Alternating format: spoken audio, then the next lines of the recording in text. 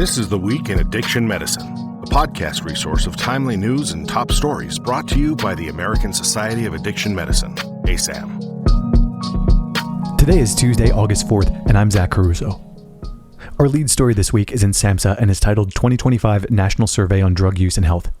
The 2025 National Survey on Drug Use and Health shows encouraging trends among adolescents and young adults with broad declines across past month nicotine, alcohol, and marijuana use and binge drinking, as well as reduced rates of substance use disorders, major depressive episodes, and suicidality. Conversely, troubling overall increases occurred in past month nicotine, vaping, and marijuana use, past year use of marijuana and hallucinogens, and past year marijuana use disorder. Interestingly, it's important to point out that these increases are driven by use among adults aged 26 or older.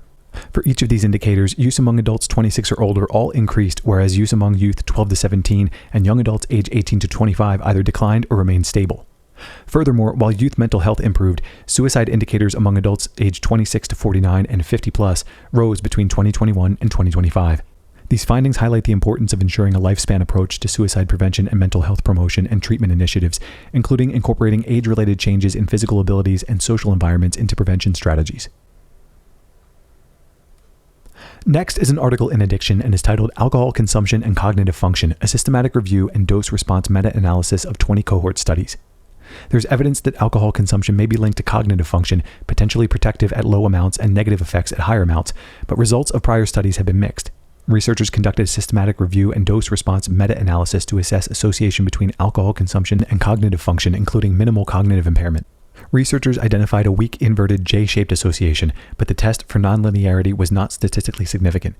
Overall, researchers found a significant inverse association between heavy alcohol intake and cognitive function. In stratified analysis accounting for baseline cognition, alcohol intake of more than 28 grams per day was associated with lower cognitive function. The researchers did not find a significant protective association at low or moderate alcohol consumption levels. Our next article is in the Journal of the American Medical Association and is titled Trends in Alcohol Consumption During Pregnancy in the U.S. Recent findings raise concern that certain high-risk patterns of prenatal alcohol use in the U.S. may be increasing.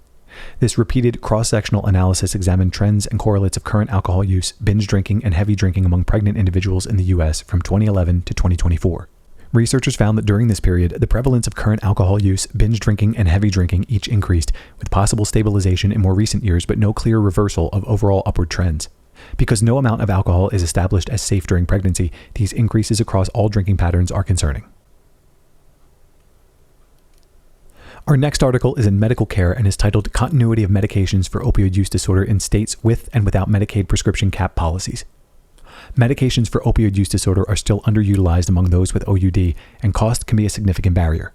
12 states have a prescription cap policy, and researchers assess if that policy is associated with a difference in MOUD use and continuity.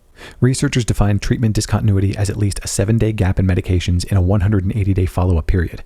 Patients in states with caps were more likely to experience treatment gaps for any MOUD, buprenorphine, or methadone. Of note, the researchers also found that residence in a state with caps was associated with fewer treatment gaps. The authors do suggest the lower number of treatment gaps may be reflective of lower likelihood of re-engagement in treatment. Next is an article in Substance Use and Misuse titled Sleep Disturbance in Opioid Use Disorder, Systematic Review of Insomnia Prevalence and Sedative Hypnotic Utilization.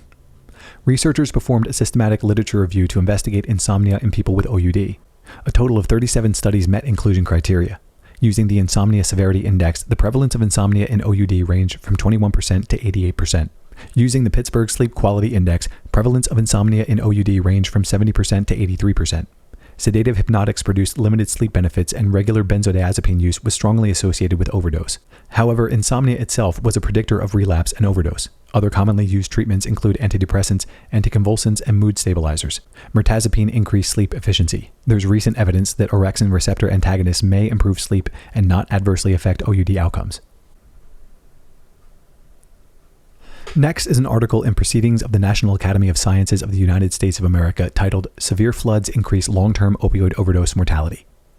There's evidence that severe floods are associated with anxiety, depression, PTSD, and suicide.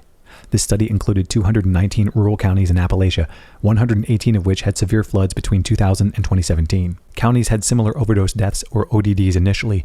However, severe flooding increased a county's ODDs by 28% over the next 1 to 2 years, and they remained elevated for up to a decade. This increase in ODDs was worse among individuals with less than a high school education and in economically distressed counties. ODDs were attributed to decreased access to SUD treatment, recovery services, and harm reduction services. Disruptions in drug supply resulted in increased instability in drug potency and contaminants. Interruptions in water supply resulted in the use of creek water to inject drugs, resulting in increased infections. Flooding is predicted to increase, and these results may help mitigate the risk of ODDs. Our next article is in JAMA Network Open and is titled Neighborhood Environmental Interventions and Opioid Overdose Rates. This is a quasi-experimental non-randomized trial looking at community-level interventions to prevent opioid overdoses across 1,600 city blocks in Philadelphia with high overdose rates from January 2019 to December 2021. Interventions examined were community trash pickups, vacant lot cleanups, and abandoned house remediation. When examined in aggregate, the interventions were associated with a reduction in fatal opioid overdoses, but not non-fatal overdoses. Abandoned house remediation was significantly associated with a reduction in both fatal and non-fatal opioid overdose rates. Our final article is in Addiction Science and Clinical Practice and is titled Prescribing to Protect Case Series, Naltrexone as a Novel Intervention to Prevent Fentanyl Overdose in People Who Use Cocaine. This is a retrospective case series of 3 adults with cocaine use disorder treated with naltrexone to prevent opioid overdose. All 3 patients had a history of unintentional fentanyl exposure, and 2 had a prior non-fatal opioid-involved overdose. Both oral and extended-release intramuscular formulations of naltrexone were prescribed. 2 of the 3 patients had co-occurring alcohol use disorder and were prescribed oral naltrexone with eventual transition to intramuscular naltrexone. 1 did not have a history of alcohol use disorder and was prescribed intramuscular naltrexone. All patients in the series tolerated naltrexone well, remained engaged in care, and experienced no additional opioid-involved overdoses. This concludes today's episode of This Week in Addiction Medicine. Remember to subscribe to the ASAM Weekly for more exclusive content and our editor's commentary delivered every Tuesday. Be sure to check us out on social media and at asam.org. Thanks for listening. We'll be back next week.